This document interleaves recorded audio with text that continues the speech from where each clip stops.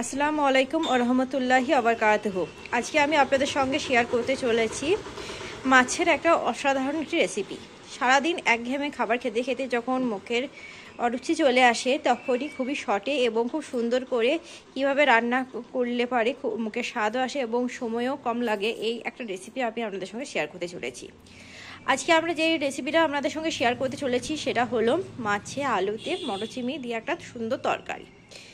এটার জন্য কী কী লাগবে আমরা দেখে নেব। এর জন্য অবশ্যই আমরা লাগবে মাছ, এছাড়া লাগবে আলুগুলোকে পাতলা পাতলা করে স্লাইস গোল গোল করে কেটে নেবেন। আলুগুলো যতটা পাতলা হবে ততটাই সুবিধা হবে। এছাড়া লাগবে পেঁয়াজ বাটা, ধনে পাতা, আদা রসুনের পেস্ট, লাগবে বড়ি, টমেটো এবং মটরশুঁটি। যেহেতু শীতের সময় আমরা করছি তার জন্য মটরশুঁটি এবং বড়ি দিয়ে আমরা করছি রেসিপিটা। চলুন দেখে নেওয়া যাক আজকের রেসিপিটা। এর জন্য প্রথমে আমরা একটা ম্যারিনেশন করব। প্রথমে আমরা মাছটাকে লবণ দিয়ে দিলাম। এরপর আমরা এতে দিয়ে দেব হাফ চামচ মতন হলুদের গুঁড়ো।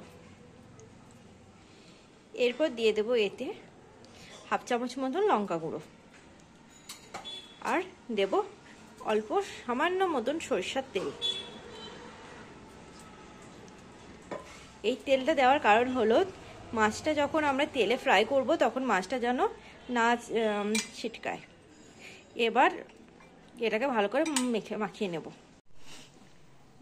মাছটা ওইদিকে ম্যারিনেট করে রাখা আছে, অপরদিকে আমরা কড়াই চাপিয়ে নিয়েছি। এতে আমরা প্রথমে বড়িটাকে ফ্রাই করে নেব। এর জন্য প্রথমে কড়াইতে আমরা তেল দিয়ে দিলাম।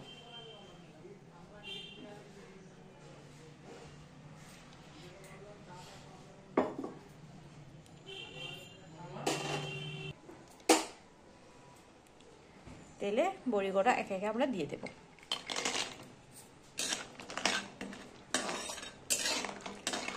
বড়ি গোটা নেড়ে চেড়ে ফ্রাই করে নেব। এর দুটোকে লাল লাল করে একবারে ভেজে নেব। এরকম করে অনবরত নাড়তে থাকবো যতক্ষণ এটা ফ্রাই হয়ে যাচ্ছে না। এরকম করে লাল লাল করে ফ্রাই করে নিলাম। এবার তুলে নেব।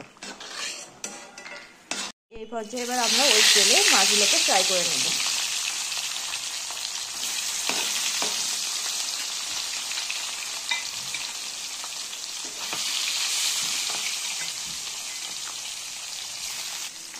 এগুলোকে একে একে ফ্রাই করে নেবো। এই মাছগুলোকে একদিক হয়ে গেলে আরেকদিক ফ্রাই করব। এটা একটু লাল করে ফ্রাই করে নেবো মাছগুলো। এবার একদিক হয়ে গেলে আরেকদিক আমরা উল্টে নেব।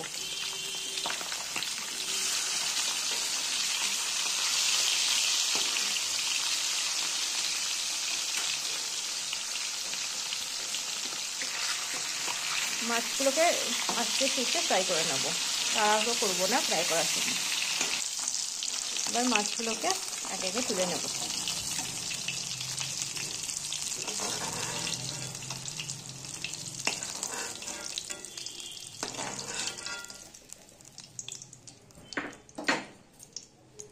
এতে আমরা আর একটু পরিমাণ সর্ষের তেল অ্যাড করলাম।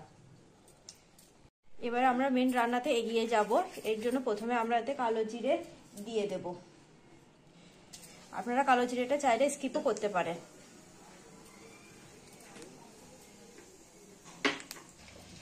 এরপর যে আমরা দিয়ে দেব পেঁয়াজ বাটা।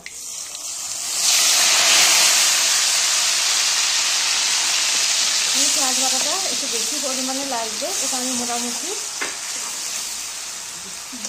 বড় চামচের 2 চামচ মতন 3 চামচ মতো নিয়েছিলাম।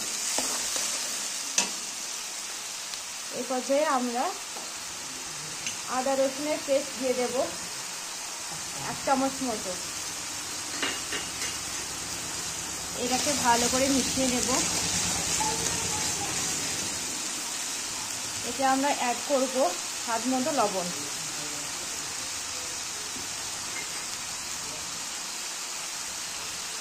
এবং এর সাথে অ্যাড করবো আমরা রেগুলার মশলা, যেমন হলুদ গুঁড়ো, লঙ্কা গুঁড়ো, ধনে গুঁড়ো, আর জিরে গুঁড়ো, গোলমরিচের গুঁড়ো। এগুলো সবই আমরা 1 চামচ মতন করে দিয়েছি, আপনারা পরিমাণ মতন দেবেন। এরপর এটাকে ভালো করে কষে নেব।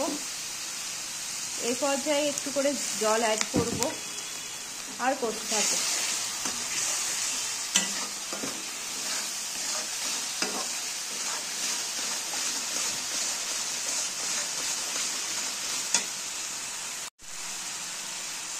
এই সময় আমরা দিয়ে দেবো কাশ্মীরি লঙ্কা গুঁড়ো, এটাও দিয়ে দিলাম 1 চামচ মতন। রান্নাটাকে ভালো করে কষে নেব মশলাটাকে।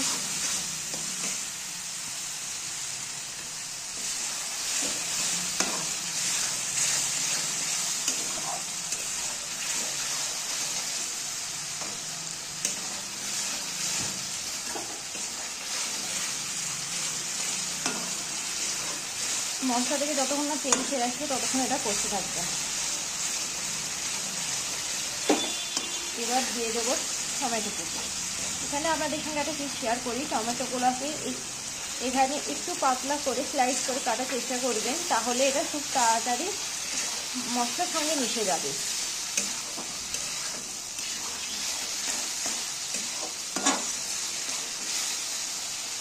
অ্যাড করলাম জল।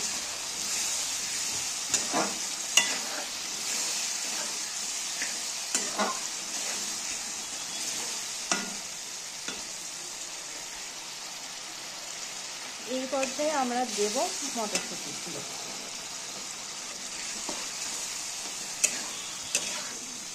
মটরশুঁটিগুলো কিন্তু আমরা কাঁচাই দেবো, এগুলোকে সেদ্ধ করে দেব না, একদম কাঁচা কাঁচা মটরশুঁটি দিয়ে দেবো।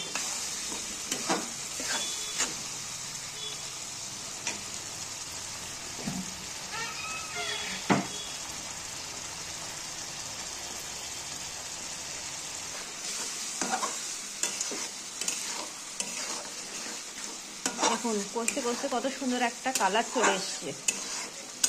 যেমন সুন্দর কালার চলে এসে তেমনই দেখবেন মশলাগুলো থেকে তেল ছাড়তে লেগেছে।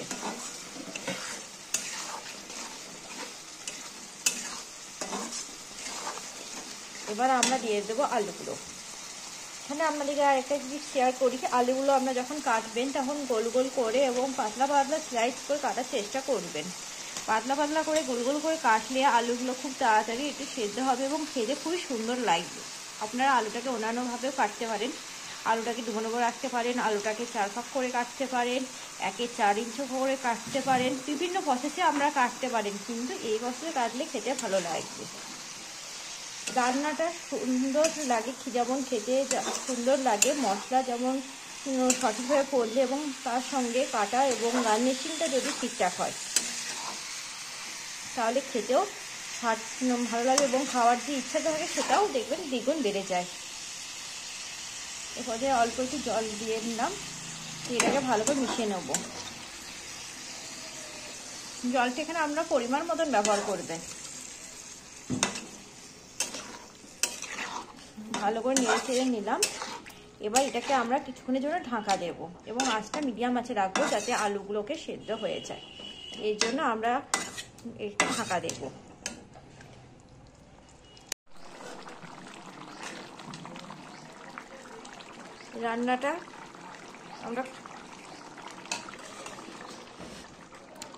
রান্নাটা কি অবস্থা দেখে নেব।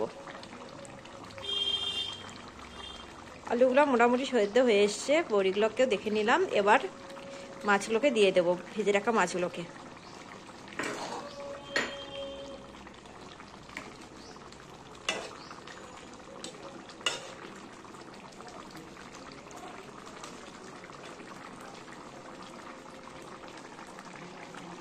দু থেকে 3 মিনিট এরকম করে ভালো করে ফুটিয়ে নিলে আমাদের রান্নাটা মোটামুটি হয়ে যাবে।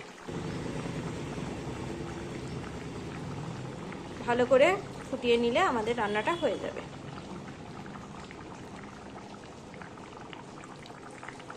মাছটা দেখুন ভালো করে ফুটতে লেগেছে, আমাদের রান্নাটা পুরোপুরি কমপ্লিট। আমাদের আজকের রেসিপিটা যদি আপনাদের ভালো লেগে থাকে অবশ্যই লাইক, কমেন্ট, শেয়ার এবং সাবস্ক্রাইব করতে ভুলবেন না। এরকম নতুন নতুন রান্না পেতে এবং রান্নার মাঝে মাঝে টিপস এবং ট্রিক্স পেতে অবশ্যই আমাদের চ্যানেলটিকে লাইক, কমেন্ট, শেয়ার এবং সাবস্ক্রাইব করবেন। সাবস্ক্রাইব করা থাকলে আমাদের সবার আগে রান্নাটা আপনাদের ফোনে নোটিফিকেশন চলে যাবে। ঢাকাটা তুলে নিলাম মাছের কি অবস্থা রান্নাটা সেইটা দেখার জন্য। আমরা এখন কিন্তু মাছ অ্যাড করি না, আর এখন মাছ অ্যাড করবো না। এই পর্যায়ে আমরা দিয়ে দেবো বড়িগুলোকে।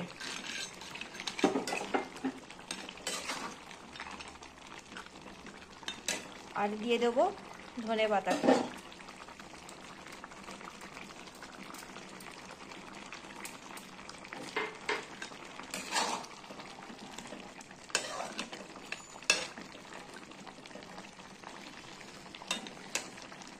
আমরা আর একটু পরিমাণ জল দিয়ে নিলাম এই পুরো রান্নাটাকে মশলা সব কিছু রান্না হওয়ার জন্য, ভালো করে কুক করার জন্য।